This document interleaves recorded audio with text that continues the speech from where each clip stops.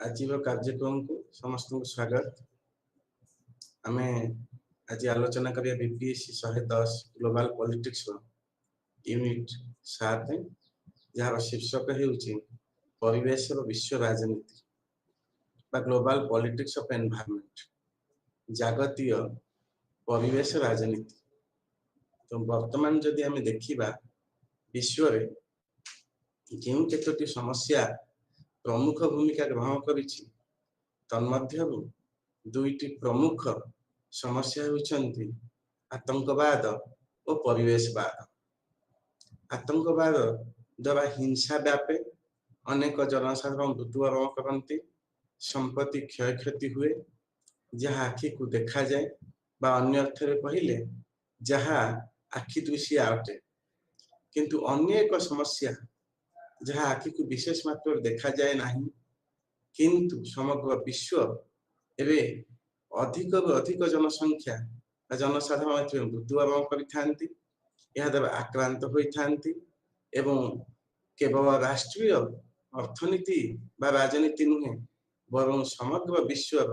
राजनीति और अर्थनीति को यह प्रभावित करिथाए। ताहा हेउछि परिवेशवाद बा एनवायरमेंटलिज्म बा एनवायरमेंट इश्यू। तो वर्तमान विश्व रे सबुठु बड़ समस्या हेउछि परिवेश किपरि सुरक्षा करा जाई पारियो। परिवेश प्रदूषण, ग्लोबल वार्मिंग एवं ग्रीन हाउस गैस एमिशन ये जो समस्या गुड़िक एथिरु जदि सकारात्मक पदक्षेप ग्रहण करा न जाई रक्षा विश्व को रक्षा करा न जाए तेबे आगामी दिन में ए विश्व रे मानव समाज तिष्ठि रहिबा एक स्वप्न कहले अत्युक्ति हेब नाही एवं वास्तव में मनुष्य जीवन दुर्विषह हो जिवो। तेणु एही परिप्रेक्षी में आम प्रथम आलोचना करिबा जे वर्तमान ए एनवायरमेंटलिज्म बा परिवेश बा एनवायरमेंट शब्द केउठु आसीछि एवं एहा अर्थ कोन एवं केउ वैशिष्ट्य एथिबे देखा जाए। एहा पूर्व आम अन्य एक गुरुत्वपूर्ण कथा को मध्य आलोचना करिबा। 2019 मसीह रे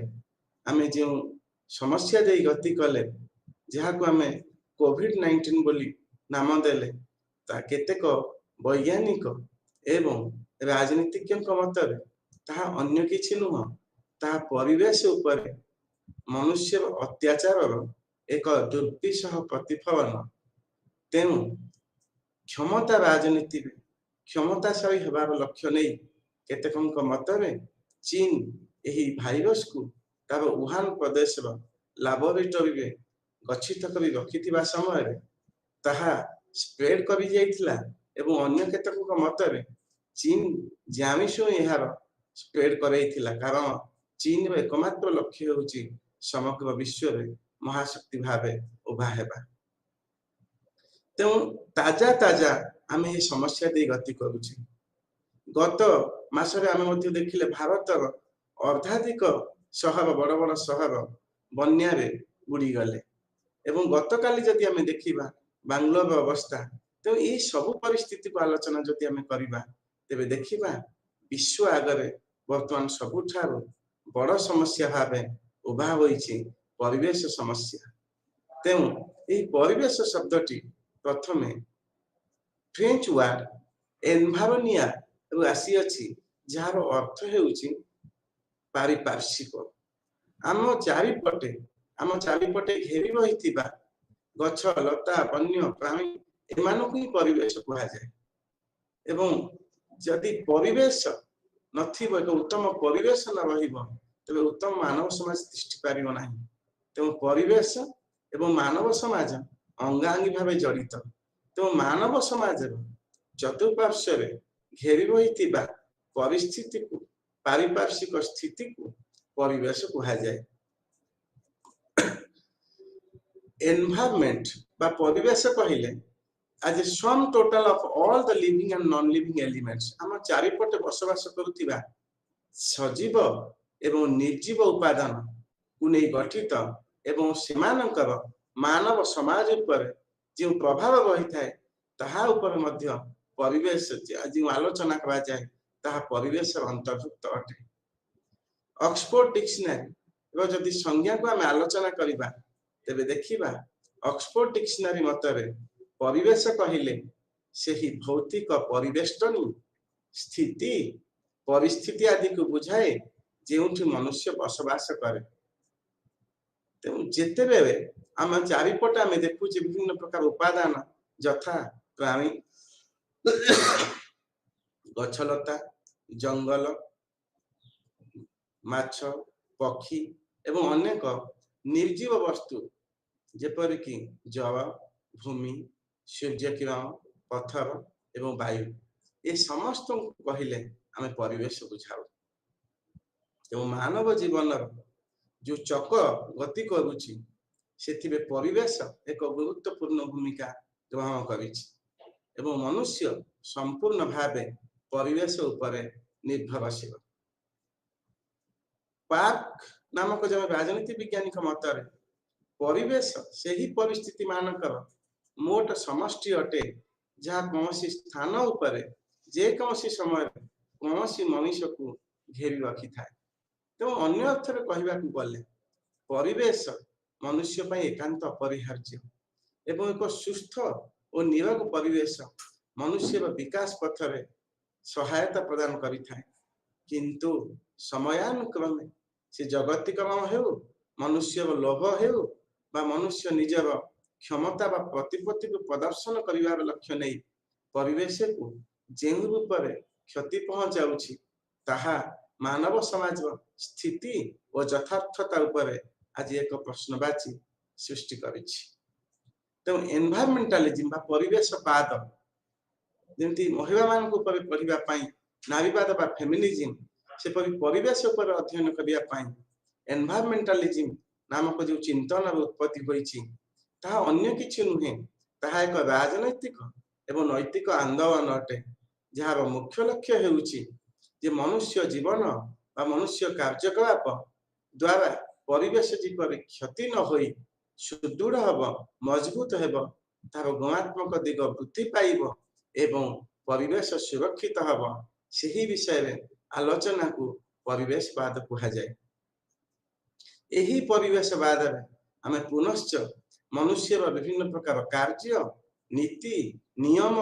योजना विषय में आलोचना करिबा जेउ गुड़िक प्राकृतिक परिवेश सुरक्षा एवं प्रदूषण को रोकिबा निमंते उद्दिष्ट होइथाय। परिवेशवाद सर्वदा चाहे प्रकृति को सुरक्षा प्रकृति सठिक परिचालना एवं प्रकृति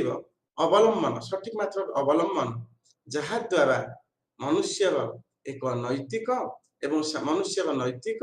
एवं सामाजिक आवश्यकता पूरण करने सहित प्रकृति किपरि सुदृढ़ बा मजबूत हो पारिबो।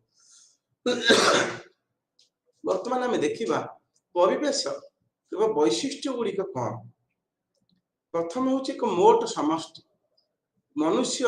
जदि एकुटिया निजक घोषणा करे जे मु ही हेउछि परिवेश तेरे प्रकृत में ताहा युक्तियुक्त नुहे। तेणु यह एक समष्टि एथिरे उभय सजीव और निर्जीव स्थान पाई थांती जीवंत वस्तु एवं जीवन नथिबा वस्तु उभय परस्पर परिपूरक भावे कार्य करिथांती। परिस्थिति बा परिवेश को जदि आमे सुदृढ़ बा मजबूत करिबा तेबे से सुदृढ़ एवं मजबूत करिया को हेले सजीव एवं निर्जीव यही उभयंक एवं परस्पर सहित उत्तम संपर्क सहित एमानकर मानव समाज उपर किपरि एक सकारात्मक प्रभाव पड़िबो से विषय आलोचना करिया को पड़िबो। तेणु एक समष्टि को प्रथमतः हमें परिवेश बुझू समष्टि को गोष्ठी परस्पर भितर अमायिक संपर्क निबिड़ता से हेउछि प्रथम गुरुत्वपूर्ण वैशिष्ट्य एवं परिवेश तीनोटी गुरुत्वपूर्ण उपादान रही थांती मूल उपादान जो तीनोटी उपादान बिना परिवेश विषय चिंता करा जाय पारिबो नाही। प्रथम होछि जीव द्वितीय होछि बसति एवं तृतीय होछि शक्ति। जीव माने एथिबे रहिबे एवं सेमानकर बसति सुरक्षित रहिबो एवं निजे निजे जे कौन प्रकार जीव निजर शक्ति बा सामर्थ्य अनुसार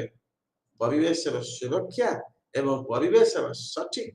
व्यवहार दिगरे कार्य करिबे। उत्तम संगठित व्यवस्था परिवेश मध्य एक संतुलन रहिबा निहाती आवश्यक। एक संगठित व्यवस्था यह एक संगठित व्यवस्था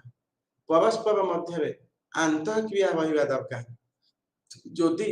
गोटे परिवेश गोटे दिग अधिक मात्रा विकास हुए बा विकास प्रगति पथ आगू जाए तेबे अन्यटी पछरे पड़ जाए। तेणु परस्पर मध्य एक आंतरक्रिया एक बुझामणा एक भारसाम्य एक संतुलन दे गति करिथा। यदि संतुलन बिगिड़े तेबे परिवेश मध्य बिगिड़ी जाए एवं यदि परिवेश बिगिड़ी जाए तेबे समग्र मानव समाज प्रति यह एक मजबूत आह्वान भावे उभा हुए। ये जो पारस्परिक प्रक्रिया यह एते सरल नुह, यह एक जटिल पारस्परिक प्रक्रिया। जदि संक्षेप में उदाहरण नबा तेबे धीरे धीरे आम जो मोबाइल संस्कृति 3G पर 4G पर 5G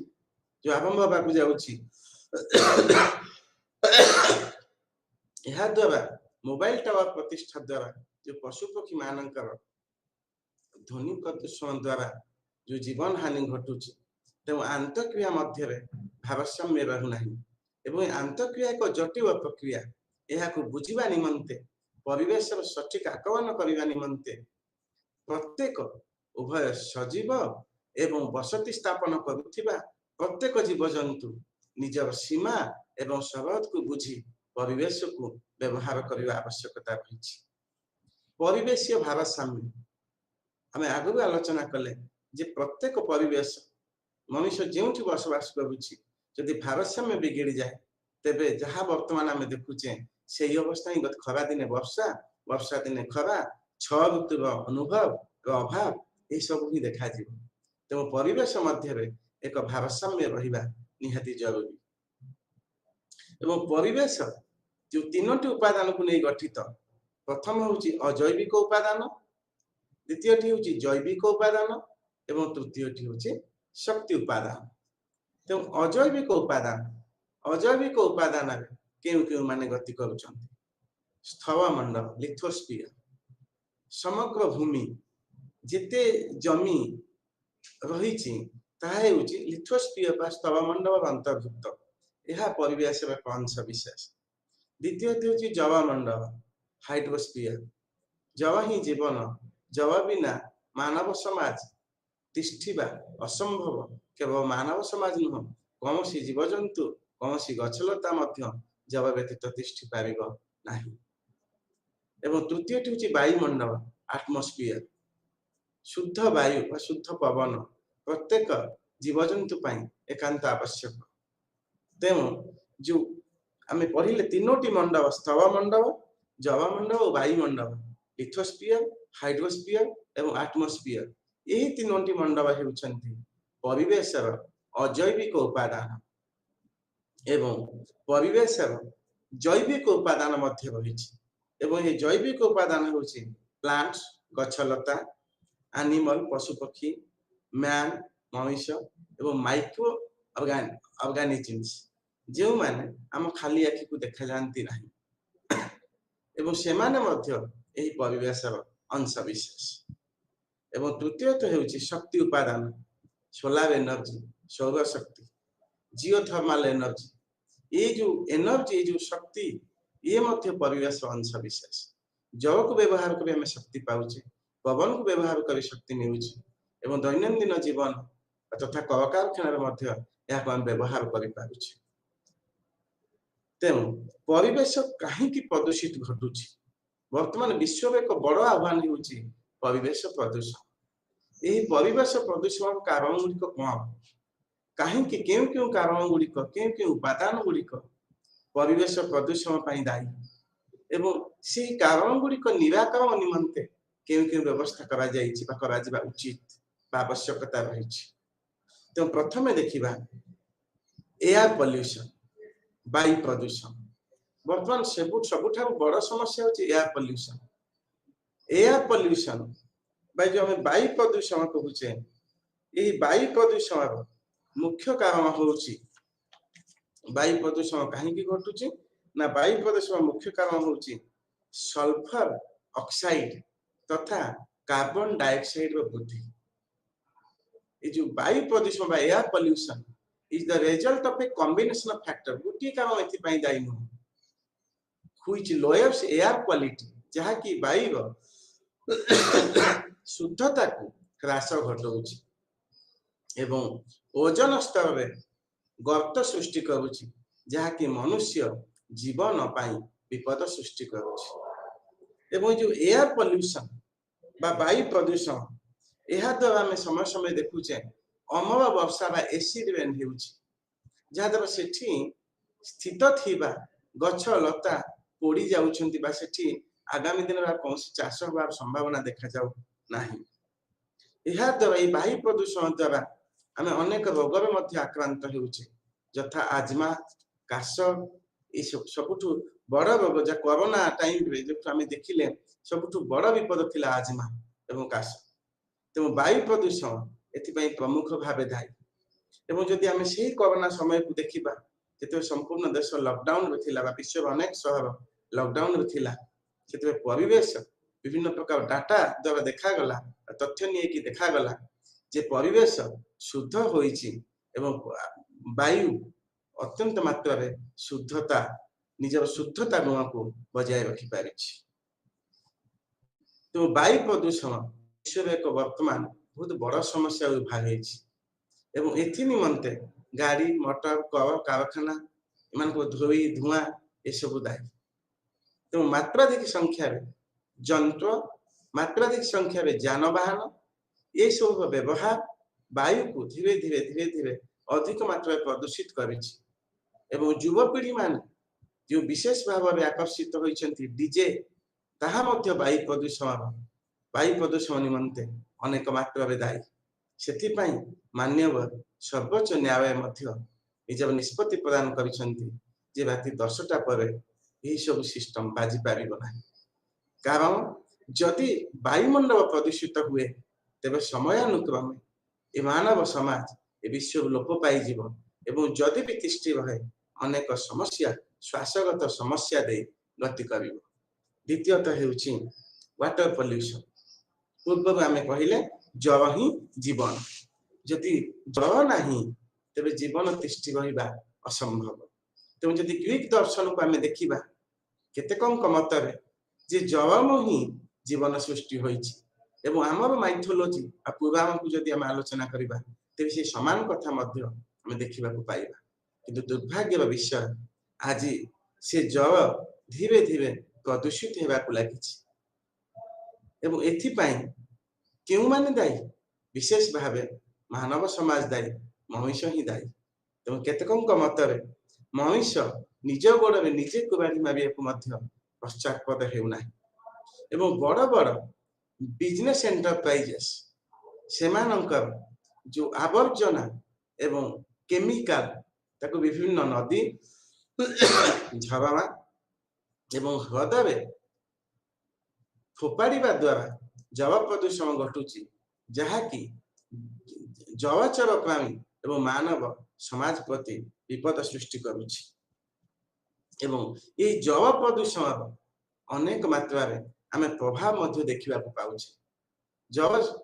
प्रदूषित हवा द्वारा केउ केउ समस्या एवं आमे सम्मुखीन होउछे गृह और कृषि कार्य पाई जल अनुपयुक्त होता है यदि जल प्रदूषण हुए तेबे घरोई काम एवं कृषि कार्य में आम से जल को लगाई परिबा नाही जलज प्राणी मानकर वृद्धि और वंश विस्तार में अंतराय जलज प्राणी जो मैंने जल में बसवास कर जलचर जीव से वंश वृद्धि एवं काया विस्तार में यह विपद सृष्टि करे जलर प्राकृतिक अवस्था समयानुक्रमे प्रदूषण द्वारा यथा वर्ण गंध और स्वाद परिवर्तन घटी था तेणु जलर जो प्राकृतिक गुण अच्छी जल प्रदूषित हवा द्वारा धीरे धीरे तार गुरुत्व नष्ट हुए दूषित जल में बढ़ुवा जीव को खाई मनुष्य और अन्य प्राणी माने रोग में पड़ती विशेष भाव माछ कंकड़ा ये सब तेणु जिते एमाने दूषित जल में बसवास करने द्वारा विभिन्न रोग में आक्रांत होती से प्रदूषित जल द्वारा संक्रामक रोग व्यापे जहाँकि स्वास्थ्य समस्या प्रति गुरुतर समस्या बा गुरुतर आह्वान सृष्टि करिଥାଏ।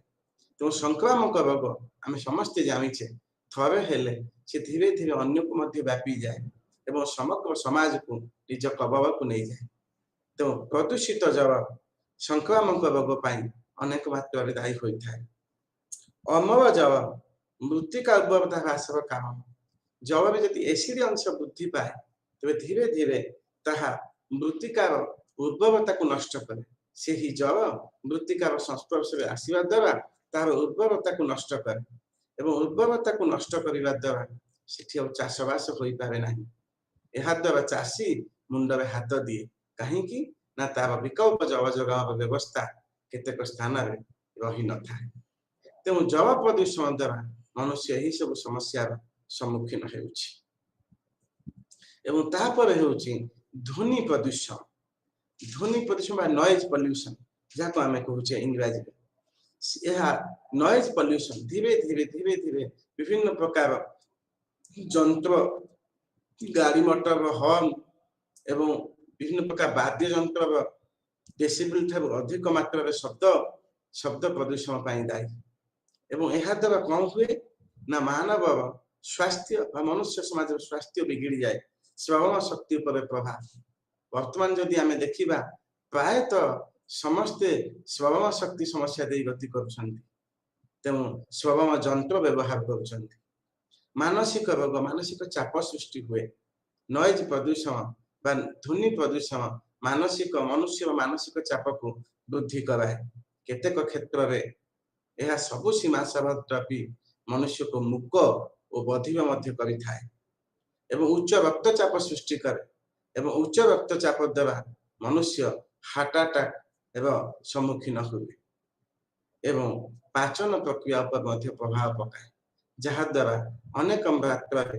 अमल दोष मनुष्य शरीर में देखा जाए जहा मनुष्य शरीर को स्वास्थ्य को नष्ट करे। तापर देखिबा लैंड पॉल्यूशन भूमि क्षरण बा भूमि प्रदूषण। डंपिंग ऑफ टॉक्सिक वेस्ट विभिन्न प्रकार आवर्जना जमी में फोपाड़ा द्वारा भूमि में फोपाड़ा द्वारा भूमि प्रदूषित हुए एवं एथिरे अधिक मात्रा अमल अंश बा क्षार अंश वृद्धि पाए जहा द्वारा एथिरे कृषि एवं गछलता सृष्टि करने संभव हुए ना। तेणु समयानुक्रमे देखा जाए जो जमी दिन अधिक मात्रा उत्पादन होता समयानुक्रमे ताहा इनफर्टाइल लैंड रे परिणत हुए जो गछटिए भी उठे ना। एवं अन्य एक प्रकार प्रदूषण है प्राकृतिक संभव अवनति। प्राकृतिक संभव प्रकृति आमको जो संभव देछि ताहार समयानुक्रमे अवनति घटे सेथिपाई मध्य मनुष्य दायी। यह द्वारा केतेक जीवजंतु प्रायतः मरीगले बा हजिगले विश्वर आउ केतेक प्रायतः लुप्त प्राय अवस्था अच्छी। जमीक आम डायनोसर कथा कहूचे सेमती आमे मध्य अनेक पशु पक्षी को देखुथिले जहाँ वर्तमान आ देखिबा संभव नुहे। एथिपाई प्राकृतिक संभव को सठिक भावे व्यवहार न करिबा द्वारा एही परिस्थिति भाई स्थिति आज उपजिछि एवं समयानुक्रमे प्राकृतिक संभव को आमे व्यवहार एपरि उपाय करुछे जहा द्वारा मनुष्य निजे तार शिकार हेउछि। उदाहरण स्वरूप जो देखा जाए भूगर्भ जल और झरमा जल ह्रास पाइबा को लगी। अर्बानाइजेशन बा शहरीकरण द्वारा धीरे धीरे जो अपार्टमेंट संस्कृति डेवलप करुछि ताहा द्वारा भूतल जल को अनेक मात्रा व्यवहार करा जाउछि। ताहा द्वारा सर्वे भी कहूछि यदि आम ओडिशा उदाहरण निया जिवो भुवनेश्वर और कटक भली शहर भूतल जल समयानुक्रमे ह्रास पाउछि। यार कारण है सठिक परिचालनार अभाव एवं मनमुखी जवाब बा प्राकृतिक संभव उपयोग एवं अन्य एक प्रदूषण होउछि विकिरण प्रदूषण। विकिरण प्रदूषण बा न्यूक्लियर रे बा विभिन्न प्रकार विकिरण प्रदूषण द्वारा देखा जाउछि सबुठारु बड़ होउछि कैंसर समस्या बा चर्म रोग देखा जाउछि। तेणु विकिरण प्रदूषण द्वारा यदि आम भोपाल गैस ट्रेजेडी उदाहरण नवा तेज आम देखा एवं सेठिकार परिस्थिति सठिक ना यदि जापान हिरोशिमा और नागासाकी कथा ना एवं से मुख बधिर हो पाने जन्म लाभ कर जो विकिरण प्रदूषण अनेक मात्रा परिस्थिति तथा परिवेश को नष्ट करने सहित मानविक जीवन उपर एक कवाबादल भाव घटी जाइए। तेणु अन्य केतेक कारण द्वारा प्रदूषण बढ़े रेसिडेंशियल एरिया बसति स्थापन निमंते आम जो बड़ बड़ घर तैयारी करुचे ताहा द्वारा प्राकृतिक परिवेश नष्ट एवं वाणिज्यिक कार्यकलाप जेपरिक उत्पादन एवं द्रव्य एवं सेवार आदान प्रदान उदाहरण स्वरूप पॉलीथिन व्यवहार द्रव्य सेवा द्रव्य देवा नेबा व्यवस्था निमंते जो पॉलीथिन व्यवहार करा पैकिंग करा प्लास्टिक व्यवहृत होउछि जहाँकि फसिल फ्यूएल सहित मिसी पारु नाही बा जैविक नुहे ताहा द्वारा मध्य परिवेश प्रदूषित होउछि। तो ये जो परिवेश प्रदूषित होउछि एहा द्वारा वर्तमान देखा देइछि एक विराट समस्या जहाँ को आम कहूचे ग्लोबल वार्मिंग बा विश्व तापन। वर्तमान विश्व एक उत्तप्त पिंड में परिणत होगा जाउछि। तेणु देखा जाउछि जे विश्व किपरि सुरक्षित हेब से विषय चिंता करा जाउ नाही बरं अनेक राष्ट्र निजर गुरुत्व वृद्धि करने निमंते उदाहरण स्वरूप चीन कृत्रिम चंद्र एवं कृत्रिम सूर्य प्रस्तुति दिगरे प्रचेष्टित किंतु वास्तव में परिवेश स्थिति आज कुआड़े मनुष्य किपरि परिवेश नष्ट हेबा द्वारा अनेक मात्रा आक्रांत से दिगरे चिंता करिया विषय आसीछि। तो जो विश्व उत्तापन विश्व आगे एक बड़ समस्या भाव वर्तमान उभा होइछि एवं विश्व उत्तापन द्वारा आम क्यों क्यों समस्या सम्मुखीन होछबा कोन ता प्रभाव पड़िछि। प्रथम परिवेश व्यवस्था भुशुड़ी पड़िछि कहले अत्युक्ति हेब नाही। जदि आम ऋतुचक्र व्यवस्था देखिबा आम 6टी ऋतु विषय समस्ते जानिछे 6टी ऋतु प्राकृतिक पर्याय अनुसार 6टी ऋतु दे समग्र परिवेश गति करे किंतु वर्तमान जो देखा जाए तेबे खरा वर्षा और शीत शीत जहाँ कि डेरी मध्य आसुछि। तेणु ऋतुचक्र बिगड़वा लगी जीव जंतु गछ लता समस्त भारसाम्य नष्ट होगा लगी। तेणु परिवेश उपर एक गभीर प्रभाव पड़ी। तो परिवेश वर्तमान जो बिगड़वा स्थिति दे गति करिछि ताहा द्वारा मानव समाज केवल मानव समाज नुह जीव जंतु मध्य अनेक मात्रा प्रभावित होइछन्ति एवं मेल्टिंग ऑफ ग्लासियर बरफ तरलिया को लागिला एवं आमे जदि देखिबा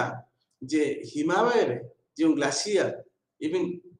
जियोलॉजिस्ट माने मध्य कहउछन्ति जे सियाचिन रो ग्लासियर मध्य मेल्ट करिया को पछिला जहा कि विश्व रो सबठु बड़ ग्लासियर बा बरफ खंड। तेमे जो बरफ तरलिया द्वारा क्यों क्यों समस्या देखा दबो नदी गुड़ी करे खरा दिने मध्य बन्या देखा दिबार संभावना रहिछि। समुद्र जलस्तर वृद्धि पाइब एवं समुद्र कूले प्रतिष्ठित होइथिबा बा प्रतिष्ठा लाभ करिथिबा सहर गुड़िक जलरे बुड़ी जीव। बोधे एही दृष्टि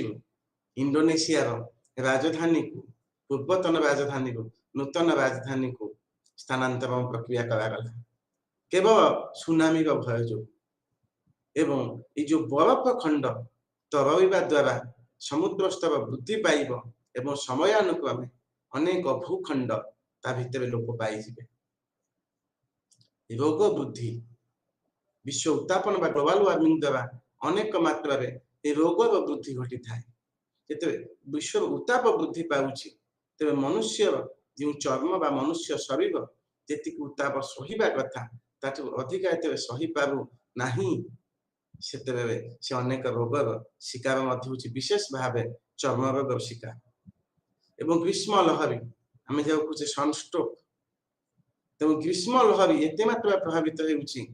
जे जेउठी दिने 40 डिग्री मध्य टेम्परेचर रहिया कथा ता समयानुक्रमे 40 पार करि जाउछि एवं ग्रीष्म लहरी एते असह्य होउछि जे अनेक लोक बा अनेक जनसाधारण मध्य ए ग्रीष्म लहरी द्वारा मृत्युवरण करुछन्ति। दैनन्दिन कार्य बंद हो जाउछि एवं सरकार बाध्य होई छुट्टी घोषणा करुछन्। सबुठारु गुरुत्वपूर्ण प्रभाव है आर्थिक प्रभाव। विश्व अर्थनीति मध्य ए परिवेश प्रभाव देवा दोहली जाउछि। कारण परिवेश यदि स्थिर नुह, परिवेश यदि शांत नुह, परिवेश को यदि आम मधुर होगा देना नहीं, तेबे विश्व अर्थनीति उपर यार अधिक प्रभाव पड़िबो। एवं वृष्टिपात परिवर्तन केवल आम वर्तमान जो धारा श्रावण कथा कहते श्रावण मसरे मुसलधार भाव वर्षा हवा कथा ता केवल शुणा मिलूँ, वास्तव में देखा एक दुरूह व्यापार। वृष्टिपात संपूर्ण परिवर्तन घटी। केवल केतक लघुचाप वर्षा ही वर्षा बोली अनुभूत होउछि,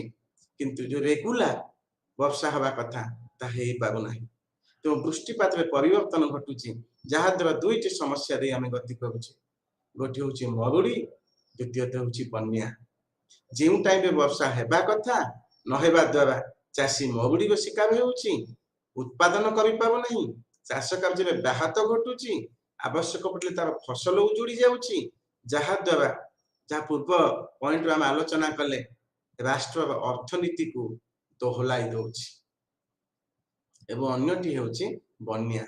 बन्या द्वारा मध्य अनेक मात्रा क्षय क्षति होउछि। लघुचाप वर्षा द्वारा बन्यार प्रभाव एते मात्रा बढ़ी जाउछि, जहाँ द्वारा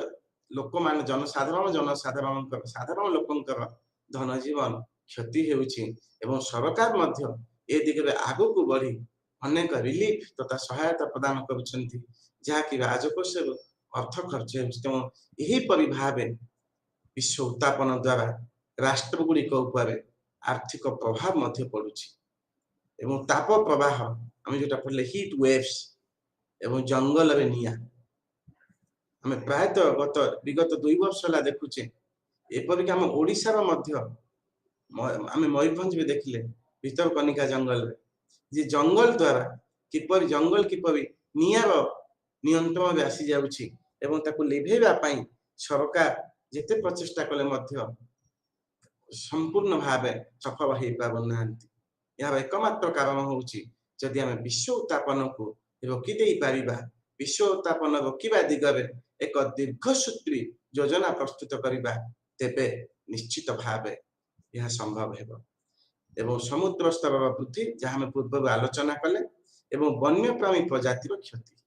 केवल मानव समाज क्षति होउनी विश्व उत्तापन द्वारा समग्र वन्यप्राणी जीवजंतु एमानकर मध्य क्षति होउछि। तेबे प्रश्न उठे यार प्रतिकार केमिति करा जाई पारिबो? ए विश्व उत्तापन प्रतिकार निमंते आमे केउ पदक्षेप ग्रहण कर पारिबा? प्रथमतः पेट्रोलियम कोयला और गैस इंधन मात्रा को कमाइबा। आम जो इंधन व्यवहार करुचे आकु कमे रिन्यूएबल सोर्सेस ऑफ एनर्जी को व्यवहार करिबा, जहाँ द्वारा सेगुड़िक सरीगले मध्य आमे पुनः सृष्टि करि पारिबा। एवं बायो इंधन उपर अधिक गुरुत्व दबा, जहाँ कि परिवेश को प्रदूषित तो करिबो नाही एवं अव्यय आवर्जना को मध्य काम रे लगा जाई पारिबो। विश्व उत्तापन संपर्क रे सचेतनता सृष्टि करिबा। इंटेलेक्चुअल्स, सरकार, बुद्धिजीवी, शिक्षाविद, साधारण जनसाधारण, एनजीओ बा बेसरकारी अनुष्ठान एवं सिविल सोसाइटी बा नागरिक समाज समस्ते एक मूलमंत्र में अभिमंत्रित हेबे जे आम जनसाधारण को ए विषय सचेतन करे जे विश्व उत्तापन किपर रोका जाई पारे। एथि निमंते अनेक सिम्पोसियम, सेमिनार एवं वर्कशॉप हेउथिले मध्य साधारण जनताटी ए दिगे अज्ञ हो जाउछि। तेणु साधारण जनता निमंते नाटक, राष्ट्र पथप्रांत नाटक, विभिन्न प्रकार पारंपरिक नृत्य वाद्य ए माध्यम रे मध्य आमे लोकंक भितर सचेतनता आनि पारिबा एवं अधिक अधिक वृक्षरोपण करिबा। वृक्षटीए जीवनटीए यही वार्ता को मात्राधिक भावे प्रचार करिबा एवं वन महोत्सव सप्ताह में पालन करुचे वृक्षरोपण सप्ताह मध्य रही सहित आमर जो सिलेबस रही पिला मानकु पढ़ेबा सिलेबस प्रैक्टिकल यदि जोड़ा जानता जे प्रत्येक व्यक्ति गोटे गछ लगेबा उचित एवं जदि से युक्त 3 बा युक्त 2 बा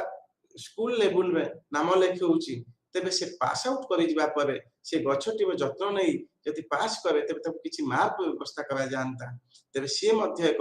अनन्य प्रचेष्टा हुंता कहले अत्युक्ति हेब नाही। ओजन स्तर छिद्र को रोकिबा निमंते क्लोरोफ्लोरोकार्बन निर्गम करुथिबा शीतताप नियंत्रित यंत्र एसी एसी मात्राधिक व्यवहार को रोकिबा रेफ्रिजरेटर एवं शीतल भंडार गुड़ी को बंद करदेबा। जदि आमे देखिबा जो मॉल संस्कृति विकास होईची गोटे गोटे मॉल रे पाखापाखि 40 ରୁ 50 एसी लगी तेणु ये जो एसी गुड़िक द्वारा विश्व उत्तापन वृद्धि पाउछि तेणु ए दिगरे आमे जदि विश्व उत्तापन प्रतिकार करिया चाहिबा ए दिगरे आमे सकारात्मक पदक्षेप ग्रहण करियार एकांत आवश्यकता रहिछि। तेबे वर्तमान आमे आलोचना करिबा जे समग्र विश्व स्तर रे ए परिवेश प्रदूषण बा विश्व उत्तापन बा परिवेश सुरक्षा निमंते केउ केउ व्यवस्था केउ केउ चुक्ति बा केउ केउ सम्मेलन करा जाइछि। तेणु प्रथम आमे पढ़िबा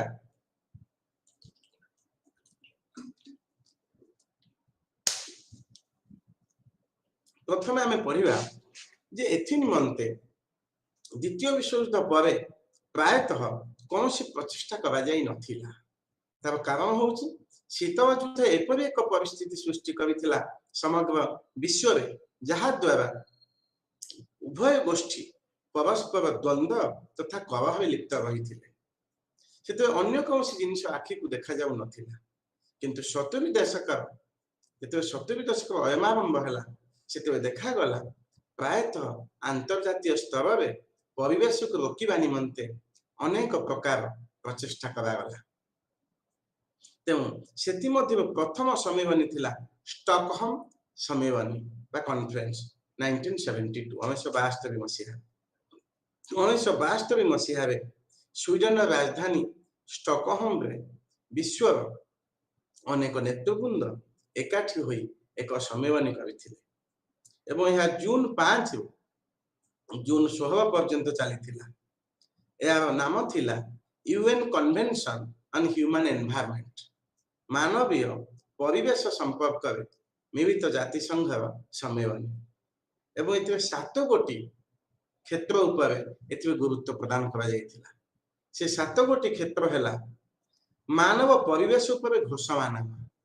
मानव परिवेश किपर रहिबो से उपर एक डिक्लेरेशन करा जायतिला घोषणानामा करा जायतिला। मानव परिवेश किपरि परिवेश को बंचा जाई पारिबो सेति निमंते केउ कार्य योजना प्रस्तुत करा जीवो सिठी आलोचना होइथिला। तेणु द्वितीय क्षेत्रटी थिला मानव परिवेश निमंते कार्य योजना प्रस्तुत। तृतीयटी थिला आनुष्ठानिक और आर्थिक चुक्ति निमंते सुपारिश आनुष्ठानिक एवं आर्थिक चुक्ति करा जीवो जहा द्वारा परिवेश क्षति हेब नाही एवं परिवेश को संरक्षित रखा जीवो एवं विश्व परिवेश दिवस घोषणा निमंते सुपारिश करा जायतिला। एवं से दिन ठारू जून 5 को प्रति वर्ष जून 5 को विश्व परिवेश दिवस भाव में पालन करा जाउछि। एवं आणविक अस्त्र परीक्षण पर सुपारिश एटी आलोचना हेतले सुपारिश करा जायतिला जे केतेक आणविक अस्त्र शस्त्र परीक्षा करा न जिबा उचित कारण एही आणविक अस्त्र शस्त्र परीक्षा करा जिबा द्वारा विश्व परिवेश और संतुलन बिगिड़वा को बसिछि। एवं परिवेश संबंधी द्वितीय सम्मेलन अनुष्ठित करबा निमंते सुपारिश करा जायतिला। सेठी आलोचना करा जायतिला एक अयमारंभ एवं ई सम्मेलन बारंबार जेमिति अनुष्ठित हबो से विषय गुरुत्व प्रदान करा जायतिला। एवं सबुठु शेष क्षेत्र थिला जातीय सरकार गुड़ी को सुपारिश को त्वरान्वित करिया निमंते निर्देश एवं प्रत्येक राष्ट्र सरकार को निर्देश दिया जायतिला जे एठारे घोषणा करा जायतिबा सब नीति नियम को सेमाने निजे कार्यसूची रे शामिल करी त्वरान्वित करिवे। एवं द्वितीय सम्मेलन अनुष्ठित होइतिला 1979 मसीहा 1979 जेनेभा रे जार नाम थिला प्रथम विश्व जलवायु सम्मेलन फास्ट वर्ल्ड क्लाइमेट समिट एवं एथिरे यह फेब्रुआरी 12 रु 13 मध्य संगठित होइथिला एवं एथिरे निष्पत्ति नै जाइथिला जे मानवकृत परिवेश समस्या को किपर रोका जाई पारि मनुष्य द्वारा जो परिवेश नष्ट हेउची ताको किपर भाबे रोका जाई पारिबो एवं तृतीय सम्मेलन होइथिला 1982 मसिया रे नाइरोबी केनिया रो नाइरोबी शहर रे एही सम्मेलनटी अनुष्ठित होइथिला एवं मे 10 रु मे 18 पर्यंत एही सम्मेलन चलीथिला एवं एही नाइरोबी सम्मेलन साधारणतः स्टॉकहोम सम्मेलन दशम वार्षिक उत्सव भावे पालन करा जाइथिला बा परिगणना करा जाय कारण 72 मसिया रे स्टॉकहोम सम्मेलन अनुष्ठित होइथिला एवं 1982 मसिया रे नाइरोबी सम्मेलन अनुष्ठित हैला एवं चतुर्थतः अन्य एक सम्मेलन अनुष्ठित होइथिला 1988 मसिया रे जहा नाम थिला आंतः सरकार जलवायु परिवर्तन व नाम तालिका इंग्रजी में कहले inter governmental panel on climate change बा आईपीसीसी संक्षेप रे एही सम्मेलन को आईपीसीसी भावे वर्णना करा जाय कहया जाय एथिरे 120 रु अधिक राष्ट्र यह सदस्य थिले एवं 2007 रे एही अनुष्ठानटी नोबेल पुरस्कार प्राप्त होइथिला एहार परिवेश दिगर सुरक्षा दिगर कार्य को आखि आगे रखी एही अनुष्ठान को 2007 मसिया रे नोबेल पुरस्कार प्रदान करा जाइथिला एवं सबुठार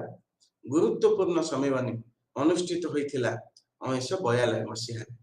जहा को हमें रियो सम्मेलन बोली कहू बा अर्थ समिट धरित्री सम्मेलन एवं एही रियो सम्मेलन ब्राजिल रो रियो डी जेनेरो शहर रे अनुष्ठित होइथिला एवं जून 3 रु जून 14 पर्यंत एही सम्मेलन चलीथिला 175 राष्ट्र मुख्य एथिरे शामिल होइथिले विश्व परिवेश सुरक्षा दिगरे यह एक बड़ सम्मेलन कहले अत्युक्ति हेब नाही 10,000 सरकारी प्रतिनिधि एथिरे योगदान देथिबा शामिल होइथिले एवं 2400 बेसरकारी संगठन एही सम्मेलन रे योगदान देथिले एवं एही सम्मेलन रे 6टी विषय में आलोचना करा जाइथिला से 6टी विषय कौन थिला प्रथम सबुज गृह गैस निर्गमन ग्रीन हाउस गैस एमिशन जो सबुज गृह विश्व को सबुज गृह भाव परिकल्पना करा जाइछि तो ओजोन लेयर रे गर्त हेबा द्वारा जो तापायन बढ़ुछि उताप बढ़ुछि ताहो बाहर को जाई पाबो नै तो ए जो 6टी गैस एथि निमंते दायी ए 6टी गैस कि रोका जाई पारिबो से दिगे बेठारे गुरुत्व दिया जाइथिला द्वितीय तो जंगल केमति बा फॉरेस्ट रो सुरक्षा करा जीवो से दिगे बेठारे आलोचना होइथिला एवं तृतीय तो जनसंख्या विश्व परिवेश नष्ट दिगरे वर्धित जनसंख्या एक गुरुत्वपूर्ण कारण अटे एवं जनसंख्या किपरि रोका जाई पारिबो परिमाणात्मक जनसंख्या को ऊपर एक अंकुश लगा जाय गुणात्मक जनसंख्या को गुरुत्व दिया जीवो से दिगरे एठार मध्ये आलोचना करा जाइथिला एवं वैषयिक ज्ञानकोश हस्तांतरण इको फ्रेंडली टेक्नोलॉजी वैषयिक ज्ञानकोश विकसित राष्ट्र विकासमुखी राष्ट्र आड़ को गति करिवो किंतु सेही वैषयिक ज्ञानकौशल गुड़िक परिवेश उपयोगी हेबा आवश्यकता रही जहाँकि एठारे से विषय मध्य गुरुत्व दिया जाइथिला एवं अर्थ और जागतिक पारिपार्श्विक सुविधा प्रत्येक राष्ट्र किपरि पारिपार्श्विक सुविधा रही पारे परिवेश नष्ट न हबो से दिगे सचेतन हेबा निमंते एठारे आलोचना करा जाइथिला एवं सबुठ गुरुत्वपूर्ण था अवक्षय किपरि परिवेश अवक्षय को रोका जाई पारिबो तो स्टॉकहोम कॉन्फ्रेंस पर जदि देखा जाए यह विश्व सबुठ बड़ सम्मेलन एवं यह को मध्य अर्थ समिट भावे विवेचना करा जाए बा हमें ओडिया तक कहि परबा धरित्री सम्मेलन धरित्री सुरक्षा पाई अर्थ सुरक्षा पाई विश्व कोन अनुकूल अनेक प्रतिनिधि एठारे योगदान देथिले परवर्ती समय रे 1997 मसिया रे जागतिक जलवायु परिवर्तन भेट गोटे समिट अनुष्ठित होइथिला एवं एही जो सम्मेलन अनुष्ठित होइथिला एठी दारिद्र्य परिवेश और संभव परिचालना क्षेत्र में विकसित विकास मिसिव ये दुईटी राष्ट्र परस्पर सहित किपरि सहयोग करिपारे ए दुईटी राष्ट्र यदि परस्पर सहित सहयोग न करिवे तेबे परिस्थिति एपरि हेबो जे परिवेश अवक्षय को हमें रोकी परिबा नाही कारण एया विकसित राष्ट्र सदा सर्वदा विकासमुखी राष्ट्र को परिवेश क्षय पई दायी करुवा समय रे विकासमुखी राष्ट्र पाश्चात्य राष्ट्र तथा विकसित राष्ट्र गुड़िकर बड़ भाई पमिया नीति को नजरअंदाज करती समालोचना करी सेमाने निमंते दायी बोली मत प्रदान करती एवं अन्य एक गुरुत्वपूर्ण सम्मेलन अनुष्ठित होइतिला 1997 मसीह जापान क्यूटो शहर जार नाम था क्यूटो प्रोटोकॉल डिसेम्बर 1 रु डिसेम्बर 11 मध्य सम्मेलन अनुष्ठित होइतिला एथिरे 150 टी राष्ट्र योगदान करथिले एवं पूर्व आमे जो आलोचना कले ये 6टी सबुज गृह गैस को बा एक निर्दिष्ट सीमा भितर आमिया पई एठे आलोचना करा जायतिला से 6टी गैस नाम हला carbon dioxide nitrous oxide methane HFSC PFC sulphur hexafluoride ये 6टी गैस सबुज गृह को ध्वंस करने दायी तेणु ये 6टी गैस को किपरि कमा जाई पारियो से दिगरे क्यूटो ठारे आलोचना करा जायतिला एवं यूरोपीय संघ 15% गैस को कमाइबा 15% गैस जो 6टी प्रकार गैस को कमाइबा उपरे गुरुत्व आरोप करुवा समय जापान 2.5 ରୁ 5% एवं अमेरिका अनेक द्वंद्व परिस्थितिर सम्मुखीन होला परे 5% कमाइबा निमंते राजी होइथिले मध्य वास्तव में युक्तराष्ट्र अमेरिका एही नीति को कार्यकारी करि नथिबारु समालोचित होइथिला 1998 मसीह रे आउ एक सम्मेलन होला बुएनस आयरिस जलवायु परिवर्तन सम्मेलन यह नवेम्बर 2 रु 14 मध्य रे अर्जेंटीना बुएनस आयरिस शहर रे अनुष्ठित होइथिला एवं क्यूटो प्रोटोकॉल रे जो निष्पत्ति निया जाइथिला वास्तव में सेगुलिक कार्यकारी होइछि ना नाही केते मात्रा में कार्यकारी होइछि आ केते बाकी अछि अग्रगति केते मात्रा में हेछि आ केते अग्रगति हबो से विषय आलोचना करबा निमंते एही सम्मेलनटी अनुष्ठित होइथिला 2002 मसीह रे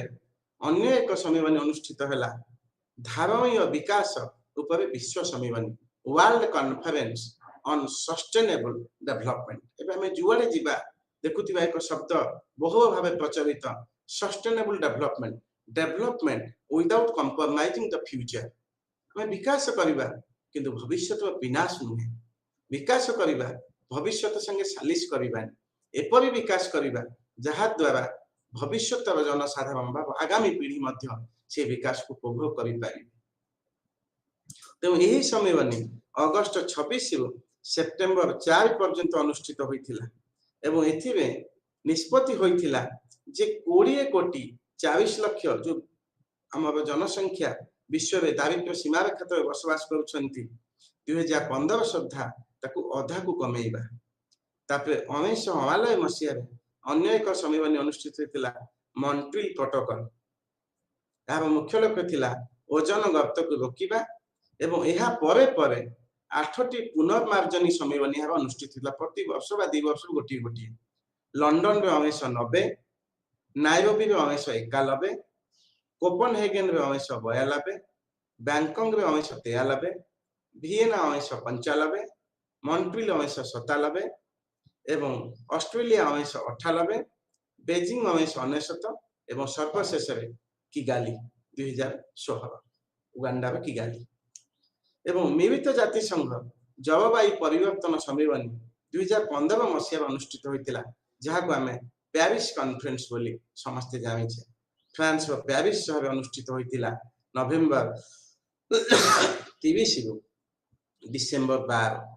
एथिरे 146 टी राष्ट्र योगदान देथिले एवं एही सम्मेलन रो मुख्य उद्देश्य थिला 2020 मसीहा सुद्धा सबुज गृह गैस रो निर्गमन को कमाइबा यही सब प्रमुख चुक्ति द्वारा अन्य केतक चुक्ति बा आईन मध्य प्रमाण करा जाइथिला जहा द्वारा विश्व परिवेश को सुरक्षित रखा जाई पारिबो सेति मध्य प्रमुख हैला एंटी बैलिस्टिक मिसाइल ट्रीटी द्वितीयतः भूमध्य सागर प्रदूषण विरुद्ध में बार्सिलोना चुक्ति 1976 मसीहा, जैविक अस्त्र सम्मेलन चुक्ति सीटीबीटी बा comprehensive test ban treaty 1996, Antarctic सामुद्रिक जीव संभव संरक्षण सम्मेलन कानबेरा 1980, जैव विविधता सम्मेलन नायरोबी 1992, हेलेंस्की सम्मेलन 1992, विदेशागत पक्षी चुक्ति आईन 1998। यही सब चुक्ति अनुष्ठित होइछि। तेणु समग्र विश्व रे जागतिक क्षेत्र में समग्र विश्व रे अनेक गुड़िए निष्पत्ति निया जाइछि, अनेक गुड़िए सम्मेलन अनुष्ठित होइछि एवं ये सब सम्मेलन मुख्य लक्ष्य हेउछि जे किपरि विश्व परिवेश को सुरक्षित रखा जीवो। एवं आमे जे देखिबा जे मिलित जातिसंघ मध्य ए क्षेत्र गुरुत्वपूर्ण भूमिका ग्रहण करिछि। मिलेनियम डेवलपमेंट गोल सहस्राब्द विकास लक्ष्य जोटा 2015 मसीहा एवं सस्टेनेबल डेवलपमेंट गोल धारावाही विकास लक्ष्य मध्य ग्रहण करिछि। एहा सहित मिलित जातिसंघ अन्य एक गुरुत्वपूर्ण संस्था परिवेश प्रदूषण को परिवेश सुरक्षा दिगरे अनेक मात्रा कार्य करुछि। ताहा हेला मिलित जातिसंघ परिवेश योजना बा यूएन एनवायरनमेंट प्रोग्राम। यही यूएन एनवायरनमेंट प्रोग्राम 1972 मसीहा प्रतिष्ठा लाभ कला। जेते स्टॉकहोम कॉन्फ्रेंस आरंभ होला बा आरंभ ताकू बसिला सेही वर्ष ही परिवेश सुरक्षा दिगरे अन्य एक गुरुत्वपूर्ण व्यवस्था ग्रहण करा जाइतिला, जहा द्वारा मिलित जातिसंघ परिवेश योजना प्रतिष्ठा होइतिला एवं यहार प्रतिष्ठाता थिले माउरिस स्ट्रंग। यहार मुख्यालय केनिया एवं नायरोबी निकटस्थ गिगिरी ठारे अवस्थित एवं यहार 6टी आंचलिक कार्यालय रही विभिन्न स्थान। यह सहित विभिन्न देश में यार अनेक शाखा कार्य करुछि एवं यार मुख्य स्पोक्स पर्सन हेउचंती जे ब्रह्मांड सुंदरी प्रतियोगिता रे विजयी होइथिबे। सी ही यार वार्ता बाणी कार्यधारा को प्रचार एवं प्रसार करिवे एवं यह ए जो यूएनईपी यार मुख्य हेउचंती एग्जीक्यूटिव डायरेक्टर बा कार्यकारी निर्देशक। सी ही यार सब गुरुत्वपूर्ण कार्य को त्वरान्वित करती। एथिबे 58टी सदस्य रहिछन्ति एवं वर्ष को थरे यार अधिवेशन अनुष्ठित हुए। यार गठन को जदि हम आलोचना करिबा तेबे देखिबा यार गठन ए 7टी विभाग रहिछि। यूएनईपी 7टी विभाग को नै कार्य करुछि एवं से 7टी विभाग हैला प्रारंभिक सूचना और मूल्यांकन विभाग, द्वितीय होछि परिवेश संबंधी नीति कार्यकारिता, प्रथम विभागटी सूचना दब एवं ताको इभालुएट करिवो जे प्रकृत में परिवेश ए दिगरे क्षति हेउछि ना नाही बा परिवेश को केमति सुरक्षा करा जिवो। द्वितीय तो जे जे नीति निया जिवो ताको किपरि कार्यकारी करा जिवो। तृतीयटी हेउछि वैषयिक शिल्प और अर्थनीति विभाग। चतुर्थ आंचलिक सहयोग विभाग, राष्ट्र राष्ट्र मध्य सहयोगिता प्रतिष्ठा करा जिवो जहा द्वारा परिवेश को सुरक्षा करिबा संभव हेबो। पंचमटी होछि परिवेश संबंधी आईन और लोकाचार, विभिन्न प्रकार आईन प्रस्तुत करा जिवो। Custom tradition ethics values norms ए सब ऊपर मध्य गुरुत्व दिया जिवो। एवं परवर्ती विभागटी होछि जोगाजोग और जनसूचना, जोटा हमें पूर्व में आलोचना कले राष्ट्र राष्ट्र मध्य जोगाजोग रहिबो एवं सर्वसाधारण ए दिगरे सूचना पाइबे। एवं सर्वशेष विभागटी जागतिक परिवेश सुविधा सुजोग। जागतिक समग्र विश्व रे केउ केउ निष्पत्ति निया जिवो, केउ केउ सम्मेलन अनुष्ठित हो, केउ केउ पदक्षेप निया जिवो जहा द्वारा उत्तम परिवेश प्रतिष्ठा ही परिबो एवं जनसाधारण विकास निमंते उत्तम सुजोग पाई परिबे। एवं ये अनेक कार्यकलाप लिप्त यूएनईपी से कार्य गुड़ी कौन जागतिक परिवेश स्थिति रे विश्लेषण प्रथम कार्य। द्वितीय परिवेश संबंधी गति और मूल्यांकन। अन्य एक कार्य यूएनईपी करिथाय परिवेश प्रति थिबा विवाद संपर्क रे त्वरित सूचना प्रदान, संगे संगे तत्काल सूचना देव एवं ए दिगरे किपरि समाधान हबो नीति प्रस्तुति करिया क्षेत्र उपदेश प्रदान करिवो आंतर्जातिक सहयोग प्रतिष्ठा करिवो एवं राष्ट्र राष्ट्र मध्य रे जो परिवेश सुरक्षा दिगरे जो कार्य करा जाउची सेमानक मध्य समन्वय प्रतिष्ठा करिवो आंतर्जातीय परिवेश संक्रांतीय आईन को मजबूत करिवो जो आईन गुडी को कार्यरत तांको आहुरी मजबूत करा दिबो जहा द्वारा आईन रे थिबा फांको को दूर करा जाई पारिबो मिलित लोकाचार गुडी को मध्य रे उत्तम तालमेल प्रस्तुत करिवो जोटा हम पूर्व कहले नीति नियम एथिक्स वैल्यूज नॉर्म से गुडा मिलित जाति संघ द्वारा निया जाउथवा परिवेश संक्रांतीय पदक्षेप को सहयोग करिवो समयानुक्रमे जाति संघ पर्यानुक्रम भाव जो निष्पत्ति निये तांको सहयोग प्रदान करिबा एवं परिवेश संक्रांतीय सचेतनता और सहयोग सृष्टि करिबा लोक सचेतन करिबो जे परिवेश केमिति सुरक्षा करा जिवो एवं आवश्यक पड़िले जनसाधारण को मध्य सहयोग प्रदान करा जिवो सरकारी स्तर में परिवेश सुरक्षा निमंते अनुष्ठान प्रतिष्ठा सहित नीति मध्य प्रमाण करिथाय सरकार मानको मध्य सहायता प्रदान करे उपदेश प्रदान करिथाय एवं सहयोग हाथ यूएनईपी बढ़ाई थाय एवं प्रश्न उठे यूएनईपी किपरि कार्य करे या अर्थ केउठु आमे यह एक परिवेश पांठी अछि जेउथि ही यूएनईपी कार्य निज कार्यकलाप परिचालना करिथाय एवं विभिन्न ट्रस्ट मानकर अनुदान और मिलित जाति संघ बजेट रो अनुदान एही पांठी गठित होई थाय एवं यह कौन प्रकाश करे यह एक बुलेटिन प्रकाश करे 2 वर्ष को थरे जहा ना होची global UNEP global environment outlook जेउथि जमा पड़े जे परिवेश संबंधी नीति नियम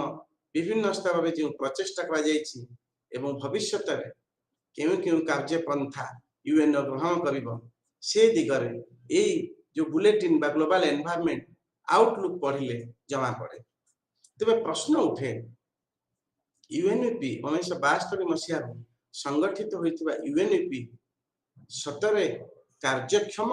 ना सतरे अनेक मात्रा रे सहायक विश्व परिवेश को सुरक्षा देबारे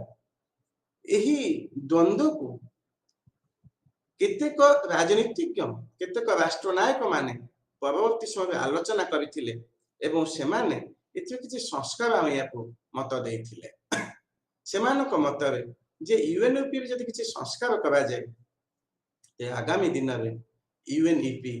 जनसाधारण को आस्थाभाजन हे परिबो एवं समग्र विश्व रे विश्व परिवेश सुरक्षा दिगरे अनेक गुरुत्वपूर्ण निष्पत्ति बा पदक्षेप ग्रहण करि पारिबो ताकू साधारणतः यूएनईपी संस्कार बा रिफॉर्म इन यूएनईपी योजना भावे आलोचना करिया 2007 मसीहा रे फेब्रुआरी मासरे intergovernmental panel on climate change IPCC एवं जो चतुर्थ मूल्यांकन रिपोर्ट प्रकाशित हैला से हेबा परे फ्रांस रो तत्कालीन राष्ट्रपति जैक्स चिराक एक प्रस्ताव देइथिले तांकर शिरोनामा थिला पेरिस कॉल फॉर एक्शन से प्रस्ताव एवं शिरोनामा थिला पेरिस कॉल फॉर एक्शन आमे दाबी करूछु जे एक नूतन संस्कार आमा जाऊ यूएनईपी रे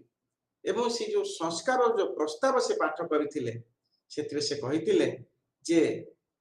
यूएनईपी रो नाम को परिवर्तन करा जाऊ यूएनईपी बा यूनाइटेड नेशन एनवायरमेंटल प्रोग्राम एवं नाम को बा नामकरण को टिके परिवर्तन में टिके रूपांतरित करा जाऊ जहा द्वारा यह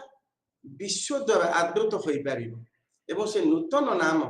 प्रदान करथिले यूएन एनवायरमेंटल ऑर्गेनाइजेशन यूएनईओ यूएनईपी जगह रे यूएनईओ करिबा पई बा यूनाइटेड नेशन एनवायरमेंटल ऑर्गेनाइजेशन करिबा पई जैक्स चिराक फ्रांस पूर्वतन राष्ट्रपति जो प्रस्ताव देइथिल 2007 मसीहा रे ता काट खाई गला ता नाकच होई गला कारण एही प्रस्ताव को प्रायतः स्वीकृति मिला नहीं बा समर्थन मिला नहीं तेणु यूएनईपी एबे मध्य ए दिगरे निजर प्रचेष्टा जारी रखिछि तेणु ये समस्त आलोचना पर आमे कहि परिबा जे जदि आमे एबे ठार परिवेश सुरक्षा दिगरे सचेतन न हेबा तेबे समय आसीबो परिवेश प्रदूषित हेबा सहित परिवेश निजे निजे ध्वंस होगा सहित ए मानव समाज को ध्वंस करिवो एथिरे संदेह नहीं। एथि निमंते केवल आईन कानून बा नीति नियम प्रणयन कले हेबो नाही। एथि निमंते साधारण जनता ठाରୁ आरंभ करी नागरिक समाज सरकार ठाରୁ आरंभ करी साधारण जनसाधारण समस्त सचेतन हेबा आवश्यक एवं समग्र विश्व में परिवेश को नहीं राजनीति हेबा आवश्यकता नहीं। बरं उभय विकसित और विकासमुखी राष्ट्र एकत्रित होई किपरि विश्व को एक सुंदर विश्व भाव परिणत करा जिवो एवं परिवेश को सुरक्षा दिया जिवो से दिगरे प्रचेष्टा करिबा एकांत आवश्यकता रही। आज पई एति धन्यवाद।